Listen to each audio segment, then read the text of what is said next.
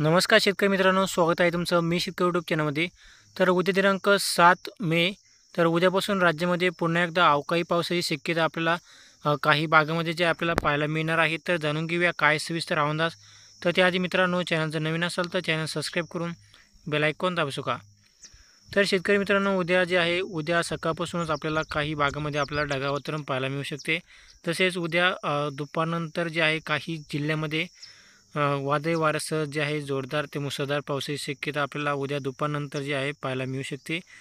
तर उद्या दुपारनंतर जे आहे फक्त विदर्भातील जिल्ह्यामध्ये जे आपल्याला अवकाळी पावसाची शक्यता पाहायला मिळणार आहे। तर उद्या दुपारनंतर म्हणजे सायंकाळच्या सुमारापासून ते रात्रीपर्यंत जे आपल्याला विदर्भातील चंद्रपूर, वर्धा, नागपूर, गडचिरोली तसेच जे आहे हिंगोली, नांदेड, उमरखेड तसेच आपल्याला जे आहे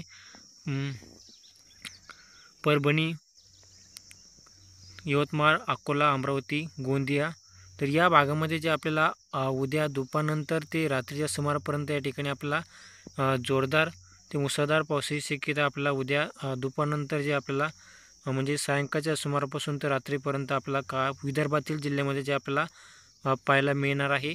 तसेच आपल्याला इतर जिल्ह्यामध्ये जे आपल्याला वातावरण जे आपल्याला हवामान जे आहे कोरडे पाहायला मिळेल आणि फक्त विदर्भातील जिल्ह्यामध्ये जे आहे पावसाची शक्यता आपल्याला उद्या दुपारनंतर जे आहे आपल्याला पाहायला मिळू शकते।